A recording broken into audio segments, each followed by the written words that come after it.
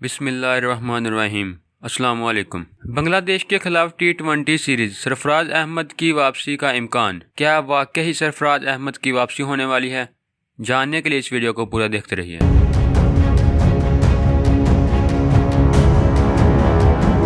اگر آپ بھی کرکٹ لور ہیں تو اس ویڈیو کے نیچے دیے گئے اس لال کلر کے سبسکرائب بٹن پر کلک کریں اور ساتھ موجود گھنٹی کے نشان کو بھی کلک کر لیں تاکہ آپ کو کرکٹ سے جڑی ہر خبر سب سے پہلے ملتی رہے۔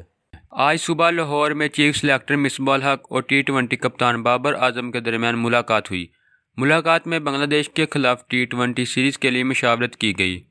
مشاورت میں کوآرڈینیٹر برائے سلیکشن کمیٹی ندیم خان بھی شامل تھے۔ سلیکشن کمیٹی میٹنگ میں سابق کپتان سرفراز احمد سمیت کامران اکمل اور ابھرتے ہوئے فاسٹ بولر حارث رؤف کے نام بھی زیر غور آئے۔ دوسری جانب حارث، سہیل، محمد عرفان اور آصف علی کو ڈراپ کیے جانے کا امکان ہے۔